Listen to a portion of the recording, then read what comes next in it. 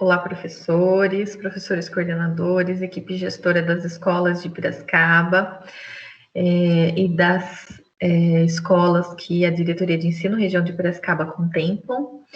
Hoje nós estamos aqui para comentar um pouquinho sobre o Guia do Ensino Híbrido. Lembrando que esse Guia do Ensino Híbrido ele está na rede 63 de 2021. Então, quem ainda não baixou, quem não fez a leitura, por favor, o faça, porque é um documento bastante interessante.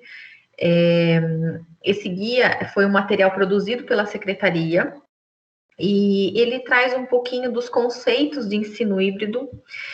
E além dos conceitos de ensino híbrido, ele mostra de uma forma bem prática e didática como que esse ensino híbrido ele pode ser colocado nas nossas escolas. Então, para explorar com vocês, a gente optou por apresentar o próprio guia para vocês e tecendo os nossos comentários, né? Chamando atenção nas partes talvez que são fundamentais, mas lembrando, né, e ressaltando para que todos façam a leitura desse documento na íntegra, porque é um documento bastante interessante. Bom, a carinha do documento é essa daqui. Então, ele tem uma capinha azul, né, e chama Guia Ensino Híbrido, e foi feito pela Secretaria. Na introdução, ele traz essa parte que diz que o documento apresenta esclarecimentos e sugestões para fortalecer a interação entre professores e estudantes durante o revezamento, em que alguns estudantes participam de aulas presenciais nas escolas e outros realizam remotamente. Então, na verdade, é um material bastante interessante, porque é isso que a Secretaria também ressalta, né, que nós que a gente consiga entender de ensino híbrido, que dentro dessa concepção, nós temos dois momentos de aula. Os espaços pedagógicos, eles não ficam mais restritos apenas ao presencial. Então, nós temos nesse momento pandêmico, muito provavelmente, né, essa é uma prática que está sendo inserida agora, mas ela não é uma novidade e não é uma coisa específica para acontecer nesse momento pandêmico. O ensino híbrido pode acontecer a qualquer momento, que é articular o presencial e o remoto no melhor dos dois mundos. E depois a gente explora isso com mais afinco para vocês. Bom, aí a Secretaria traz algumas premissas para o atendimento dos estudantes em contexto de revezamento. Então, o trabalho do professor deve focar no apoio aos estudantes para o desenvolvimento das habilidades essenciais. Então, o foco sempre é qual é a habilidade essencial que eu preciso, ou as habilidades, né, essenciais que eu preciso trabalhar naquele bimestre, naquela semana. Então, para que os professores consigam fazer uma organização em que leve em conta a habilidade essencial. Os professores devem planejar e conduzir o conjunto de atividades sequenciadas a serem trabalhadas com os estudantes nos momentos presenciais e remotos, mantendo uma progressão entre elas. Então, observem que nós precisamos articular o momento presencial e remoto de forma a ter progressão.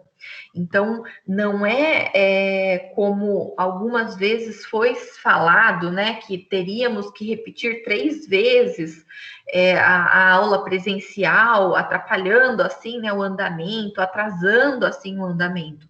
Então, observem que uma das premissas é fazer a articulação entre a aula presencial e a aula remota, mantendo progressão entre elas. Aqui também eu ressalto que eles trazem que o trio gestor deve apoiar seus professores na organização dos horários de atendimento presencial e remoto dos estudantes, assim como auxiliar na qualificação das estratégias utilizadas. Então, o que nós entendemos como estratégias qualificadas para atender alunos no momento presencial e remoto? As estratégias podem ser as do ensino híbrido, como sala de aula invertida, rotação por estações, que são as estratégias mais comuns e que vem sendo trabalhada, inclusive nas formações da diretoria de ensino. Então, essa qualificação das estratégias é muito importante e muito interessante que o trio gestor tenha esse cuidado. É importante elaborar um plano de comunicação que alcance todos os envolvidos, professores, estudantes e responsáveis, e evidencie as formas de participação dos estudantes em cada semana. Então, também, para que fique claro para todo mundo como vai acontecer essa movimentação, como vai ser a rotina daquela semana, daquele mês, daquele bimestre. Isso precisa estar claro para todos os participantes da equipe escolar. Então, aluno, o aluno, o responsável, o professor, todo mundo tem que estar muito bem articulado. Além da prioridade e garantia do direito a aprender, as ações realizadas juntos aos estudantes devem ter como preocupação a manutenção e fortalecimento do vínculo dos educandos, das escolas e suas respectivas comunidades. Então, essa questão sobre o vínculo, nós podemos pensar, né, levar para o lado das habilidades socioemocionais, então, para que ela não seja deixada de lado nunca, né, quando nós pensamos em uma escola que vai fazer a formação integral do aluno, nós não podemos deixar de lado também essa questão das competências socioemocionais e das habilidades socioemocionais e também do carinho, né, do fortalecimento do vínculo dos educandos às escolas e suas respectivas comunidades. Isso é sempre muito importante. Bom, a secretaria mandou para a gente um planejamento em 4 passos. A gente vai explorar cada passo com vocês, mas de extrema importância, ressalto novamente que vocês leiam o conteúdo na íntegra. Então, conhecidas as premissas, né? Esta é a hora do aprofundamento para sugestões organizadas em passo a passo, cuja intenção é apoiar o planejamento na organização do atendimento e acompanhamento dos estudantes, levando em conta o contexto de atividade em revezamento, de aula presencial e atividade remota. Então, quais são os 4 passos? São esses aqui. Qual é o primeiro passo? Definir o sequenciamento das aprendizagens, habilidades e competências que deverão ser trabalhadas com todos os estudantes para cada período. Qual é o segundo passo? Planejar como garantir essas aprendizagens para todos os estudantes naquele período. Então, se eu sei quais são as habilidades essenciais que eu preciso ensinar, quais são as atividades que contemplam essas habilidades essenciais, eu preciso saber quais os tempos, né, e quanto tempo eu vou gastar em cada atividade, como articular a atividade no presencial e no remoto. Então, eu preciso garantir que essas aprendizagens estejam articuladas e consigam, né, tenham viabilidade para serem aplicadas. No passo 3, eu preciso organizar o cronograma de atividades do professor, com divisão clara do tempo que será destinado às atividades presenciais e remotas. Então, aí é um refinamento do passo 2. Eu preciso estabelecer os prazos, né, para que os alunos tenham essas atividades presenciais e remotas e de forma articulada, mais uma vez. Não é quem está no presencial vai trabalhar uma coisa e quem está no remoto vai trabalhar uma totalmente diferente. O professor precisa ter essa visão, lembrando que ele tem recursos para isso. Mas mais para frente a gente entra no passo 3. E o passo 4 seria alinhar as atividades com as aulas do Centro de Mídias. Então, depois vocês vão ver que o Centro de Mídias ele disponibiliza tanto os PPTs quanto o cronograma das aulas de forma antecipada. Então, isso eu consigo fazer um planejamento de 3 semanas do professor e alinhar todo esse planejamento com as atividades do Centro de Mídias. Todo o percurso busca apoiar o PC, juntamente com os professores, a desenvolverem um planejamento de atendimento aos estudantes que seja efetivo e adequado à realidade de cada escola. Então, a leitura que a gente faz disso vamos ler, compreender o material e tentar interiorizar e implementar sugestões que competem para a minha escola. Se uma sugestão ou outra, um passo ou outro tem que ser modificado, isso faz parte do processo e isso já está na expectativa da secretaria. Bom, primeiro passo, ou passo 1, definir o sequenciamento das aprendizagens, habilidades e competências que deverão ser trabalhadas com todos os estudantes para cada período. Então, o primeiro movimento para o planejamento do atendimento em revezamento é definir o que deve ser ensinado a todos em um determinado período, independente se o estudante está em presencial ou remoto. Então, eu sei que para aquele bimestre, ou então eu seleciono por mês, né, por 3 semanas, que eles até sugerem aqui que essa articulação, né, seja feita de 3 em 3 semanas. Então, o que dentro desse período que eu estabeleci, quais são as habilidades essenciais que eu vou precisar trabalhar, para eu não deixar ninguém para trás, nem quem está no presencial e nem no remoto. Sugerimos o planejamento para um período de 3 semanas, como eu falei para vocês. Eles estão sugerindo esse planejamento por causa dos grupos A, B e C, por conta, né, do revezamento.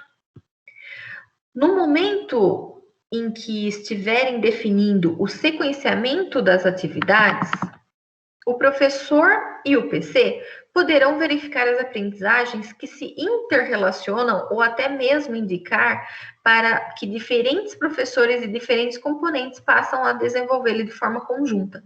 Então, quando eu faço esse planejamento prévio de 3 semanas ou mais, do quais são as habilidades que nós vamos priorizar para aquelas semanas, eu tenho como distribuir isso para os outros professores, né? Apresentar esse foco, né? Da minha aula e conseguir até fazer um planejamento interdisciplinar, entendendo a inter-relação entre os conhecimentos dos diferentes componentes curriculares e áreas de conhecimento. Então, o que é importante que todos saibam? Acesse a matriz de habilidades essenciais. Nesse próprio documento, ele traz um link para essa matriz de habilidades essenciais, por componente do ensino fundamental, por componente do ensino médio, né? Então, tá tudo aqui com os links para vocês, caso vocês não tenham. E aqui tá um você sabia, né? Mas matriz de habilidades essenciais. Será que todos os professores entendem o que é isso? Qual a importância? Então, aqui tem o que é a matriz de habilidades essenciais. Lembrando que nós também, enquanto diretoria, já trabalhamos com os professores coordenadores sobre esse tema. Então, é importante que vocês retomem essa importância, né, desse trabalho. Bom, passo 2. Planejar como garantir essas aprendizagens para todos os estudantes naquele período. Então, fazer o quê? Planejar o como. Eu já sei quais são as habilidades, agora como que eu vou aplicar? Eles estão falando aqui que o como é um dos maiores desafios, né, do revezamento entre atendimento presencial e remoto, mas eles estão trazendo algumas sugestões para que vocês consigam visualizar como, e essas sugestões, lembrando, eles fizeram um levantamento de boas práticas das escolas. Então, vocês também podem se ver nessas sugestões, uma vez que eles estão mesmo colocando o que as escolas estão fazendo, né? Então, eles pedem para que vocês façam um levantamento. Quais são os alunos que têm dispositivo em casa e têm mais facilidade de aprender de forma remota? Na verdade, eles estão falando, né, que aqui é um perfil complexo, né, porque tem muitas realidades. Nós temos estudantes que têm dispositivo e têm mais facilidade para aprender de forma remota. Tem outros que têm dispositivo, mas apresentam muita dificuldade para atividade e aprendizagem. Tem outros que não têm dispositivo e conseguem desenvolver atividades impressas. E outros ainda que não têm dispositivos e têm mais dificuldade para desenvolver atividades impressas. Então, eles sabem dessa complexidade, né, dessas diferentes realidades dos alunos, mas sem a pretensão, né, de esgotar essa complexidade, eles trazem aqui 2 exemplos de casos de escolas que estão fazendo esse movimento, né? Então, para apoiar a equipe gestora e conduzir o passo a passo com êxito, indicamos 2 atividades interligadas. Então, o levantamento das formas de acesso dos estudantes às atividades, que isso provavelmente toda escola fez, ou o ano passado, este ano se mudou, os alunos, vocês já fizeram, ou então é realmente de extrema importância que isso seja feito. E o planejamento das atividades que serão desenvolvidas. Sugerimos que cada professor, juntamente com seu PC, defina a relação de atividades que deverão ser trabalhadas no período de até 3 semanas, em cada uma de suas turmas, tendo como referência as habilidades essenciais e o cronograma do centro de mídias. Então, lembrando, eles pedem para que o professor tenha para cada classe esse cronograma de 3 semanas adiantado, com as habilidades essenciais que serão trabalhadas, e com isso eles conseguem fazer essa articulação com o centro de mídias, que é o 4º passo, mas já temos que ter em mente que essa articulação precisa acontecer. Então, o que seria o levantamento das formas de acesso dos estudantes? Eu já vou citar o exemplo que eles deram aqui. Se em determinada turma todos os estudantes possuem equipamentos e acesso à internet, esse pode ser o meio priorizado pelo professor para atendimento remoto, incluindo interações diretas por vídeo com os estudantes via aplicativo do centro de mídias, indicações para acompanharem as aulas do centro de mídias, desenvolvimento de atividades em grupo usando ferramentas digitais, entre outros. Então, o professor, ele tem que ter em mãos, todos os professores da escola, ele tem que saber quais são os alunos, né? E não assim apenas a quantidade. Eu tenho 30% de alunos que não têm acesso à internet. Tá, mas quem são esses 30%? Cada professor, em cada sala, eles precisam ter clareza de quais são esses alunos, né? Então, isso é uma coisa que as escolas já estão fazendo, mas que é de extrema importância, que quem ainda não conseguiu se articular para esse ano, alunos novos entrando, que faça o mais rápido possível. É importante que essas informações sejam disponibilizadas a todos os professores, como eu acabei de falar, e também eles trazem um exemplo de planilha que pode ajudar a fazer esse levantamento. Então, tem um link aqui, tem uma planilha que é possível até criar abas, né, para cada turma e disponibilizar num Drive, por exemplo, né, como para que todo professor do 6º A, por exemplo, da aba do 6º A, veja lá, Aninha, tem acesso à internet, apenas, por exemplo, do centro de mídias, porque lembrando, dentro do centro de mídias, eles têm dados patrocinados. João, não tem acesso, tem que ter atividades impressas. Então, os professores, eles precisam ter essa relação muito clara para que eles consigam se planejar e planejar quais os tipos de atividades ele vai precisar ter dentro daquela mesma classe. Planejamento das atividades que serão desenvolvidas com os estudantes. a partir do levantamento das atividades definidas no passo 1 e das formas de acesso dos estudantes, né? Então, eu já sei quais são as habilidades essenciais que eu vou trabalhar nas 3 semanas. Já sei quais são os alunos que têm acesso ao centro de mídias, acesso à internet ou acesso apenas a material impresso. É importante que a equipe gestora apoie os professores no planejamento das atividades. Aí eu vou começar a planejar as atividades que serão ofertadas e indicadas às suas turmas com estratégias de trabalho propostas pelos professores para cada grupo de estudantes, de forma que a aprendizagem chegue a todos. Então, aqui mais para frente, vocês vão ver que que eles até sugerem que os grupos A, B e C sejam mais ou menos, podem ser mais ou menos, baseados nessa questão de quem tem acesso e quem não tem, para que eles consigam se conversar, né? E você consiga trabalhar com os alunos, por exemplo, que não têm acesso no presencial. Quando for a vez deles, você já sabe que eles fizeram a relação de atividades que vocês passaram, enfim. Então, mais para frente a gente chega nisso também.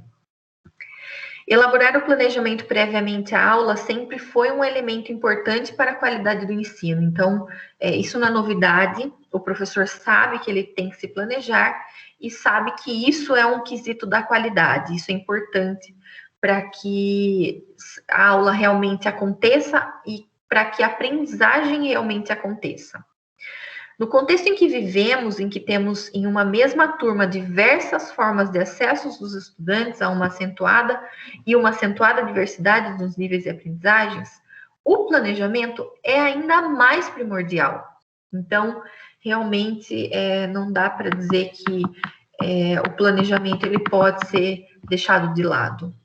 Infelizmente ou felizmente, é mais importante do que nunca. Bom, agora para planejar quais atividades são mais interessantes, os estudantes podem ser envolvidos na construção das propostas. Então, eles trazem aqui a escuta e envolvimento dos estudantes. Eles trazem aqui que a articulação com o Grêmio pode ser uma grande aliada. Então, o que é isso aqui? O que eles estão tentando fazer quando a gente escuta e quando a gente envolve os alunos? Tentando desenvolver engajamento nos alunos, alunos protagonistas. Então, para que eles entendam que isso faz parte da rotina deles e que eles precisam estar engajados nas aulas, tanto remota quanto presencial. Então, eles sugerem criar oportunidades para escutar os estudantes de forma individual ou coletiva, e essa escuta pode explorar elementos como entender por quais dispositivos os estudantes acessam os conteúdos, isso a gente já viu, né, que isso precisa ser feito. 2, quais são os pontos mais desafiadores do processo? Então, ao invés de perguntar apenas, você tem acesso ao centro de mídias, sim ou não? Você tem acesso ao centro de mídias? O que você acha mais desafiador quando você assiste uma aula do centro de mídias? Enfim, vocês da escola têm uma criatividade excelente, né? E conseguem entender qual é o desafio desse aluno se ele tem internet, se ele tem um celular à mão, qual é o desafio de entrar no centro de mídias ou entender, né? O problema para ele é a organização, é o horário, enfim, quais são os desafios do processo? O que está funcionando bem e o que pode ser fortalecido? Então, os alunos indicarem o que está funcionando bem é fundamental para nós sabermos como seguir esse restante de ano, porque provavelmente ainda, né, estaremos em revezamento. Se não acontecer o revezamento, tudo bem, mas e se estivermos, né? Então, precisamos ter essa visão do aluno, o que está funcionando bem e o que precisa ser melhorado. Sugestões para a melhoria dos processos de ensino-aprendizagem. Então, os alunos também têm sugestões e a gente pode sim pegar essas sugestões deles. Deve-se observar se há, dentro do grupo de estudantes de revezamento, meios e estratégias diferentes para que as atividades cheguem ao estudante e que ele tenha apoio necessário para desenvolvê-las. Então, as atividades que nós planejamos para os alunos, eu preciso entender que quando ele está no momento remoto, eu preciso enviar atividades que ele consiga fazer de forma autônoma ou sabendo que ele tem acesso à internet, eu posso sugerir que ele faça um grupo de estudos e sugerir um grupo de estudos para os meus alunos. Mas eu preciso ter essa consciência de que as atividades do presencial, elas devem privilegiar as habilidades, os processos cognitivos mais complexos.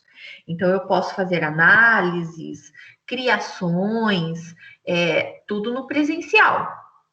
Agora, no remoto, o que é importante que eu desenvolva com os meus alunos que estão fazendo de forma mais autônoma são processos cognitivos mais simples. Então, memorizar, recordar alguma atividade, fazer ligação com alguma outra, o conteúdo que eu já passei, uma revisão. Então, essas coisas eu posso mandar para o momento remoto, mas eu preciso ter um critério para estabelecer quais atividades, porque eu preciso saber que os estudantes vão estar sozinhos, no momento remoto.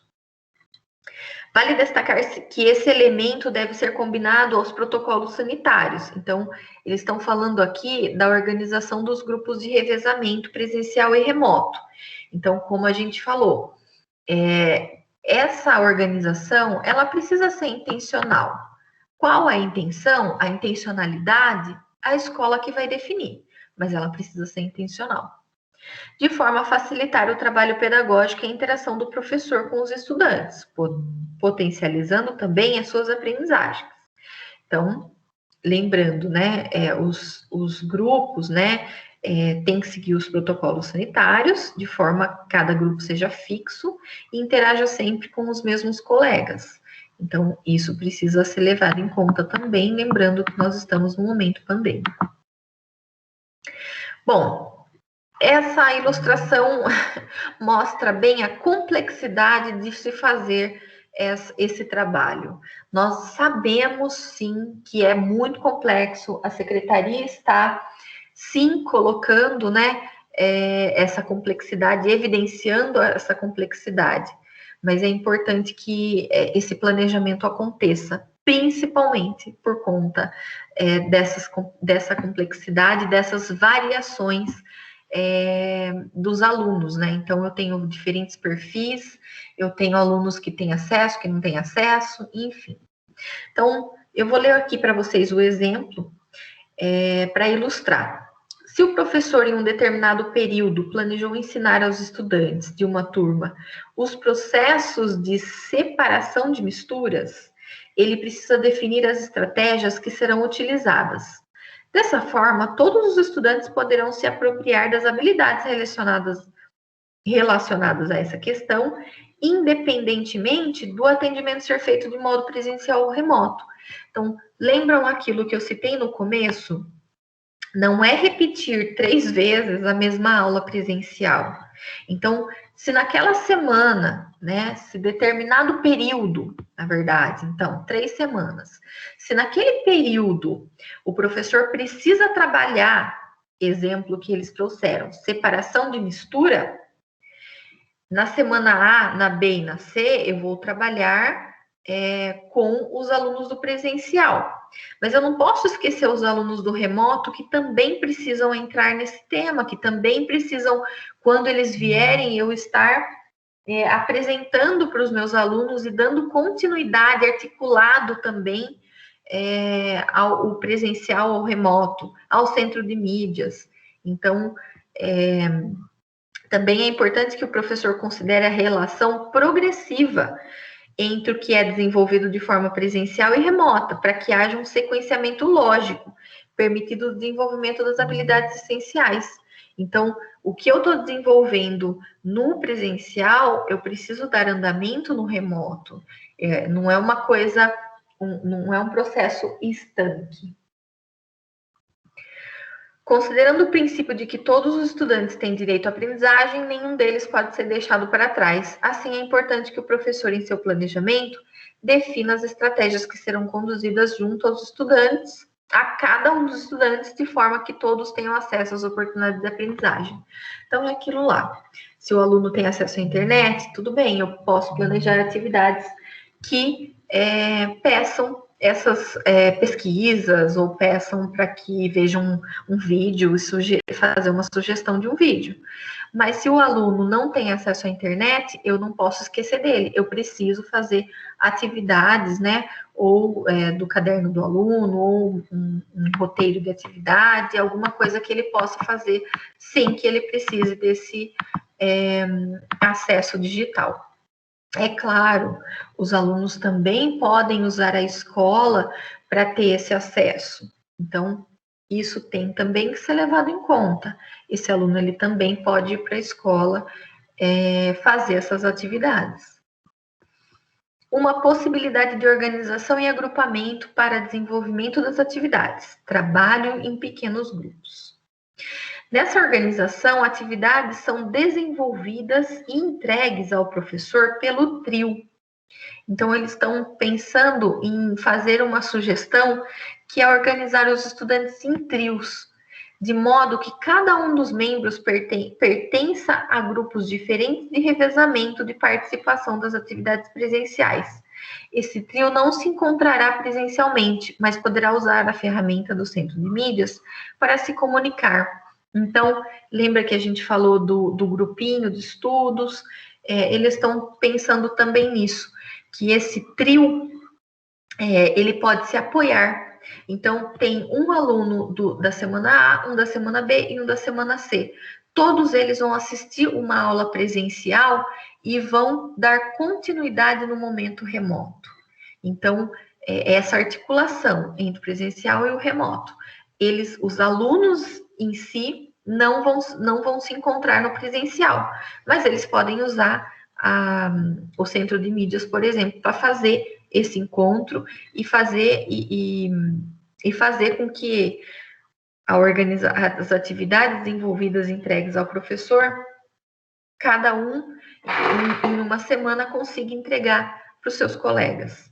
Além disso, o trio inclui sempre um estudante que irá presencialmente. Então, como eu já venho falando aqui para vocês, que tem o papel de levar dúvida dos colegas aos professores. Então, também, lembrando que a aula presencial, a gente vai priorizar isso mesmo, esclarecimento de dúvidas, o aprofundamento, né, das atividades. Então, esses alunos, eles podem levar as dúvidas dos seus colegas também. Aqui eles falam que a composição dos grupos depende da intencionalidade do professor e da atividade proposta. Então, podem ser grupos heterogêneos, com estudantes em diferentes etapas do processo de aprendizagem. Assim, aqueles com mais domínio das habilidades podem apoiar os que têm mais dificuldade. Ou podem ser homogêneos, com atividades focadas nas necessidades de aprendizagem de cada um, considerando os momentos de processo de aprendizagem que estão.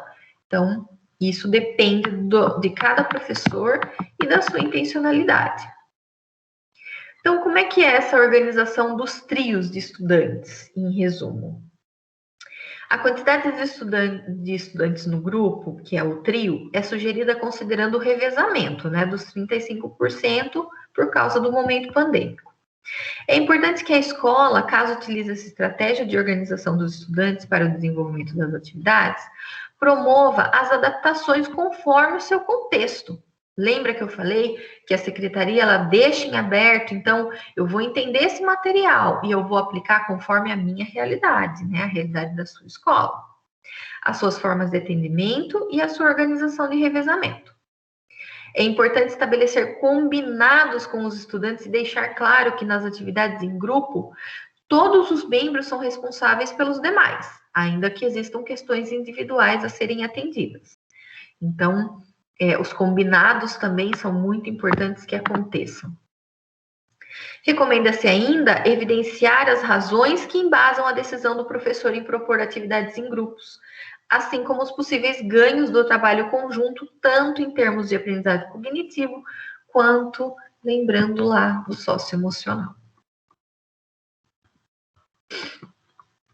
Bom, aqui nessa página eles falam sobre o programa Além da Escola, que é aquele programa que os professores coordenadores já trabalharam com os professores, né? A equipe gestora já conhece, que é os alunos que vão receber esse chip, né, de apoio, isso para as escolas regulares, né? Por enquanto, acredito que a EPE ainda não entrou nessa estratégia da secretaria, e que preferencialmente se encontrem nas faixas da pobreza, extrema pobreza, né?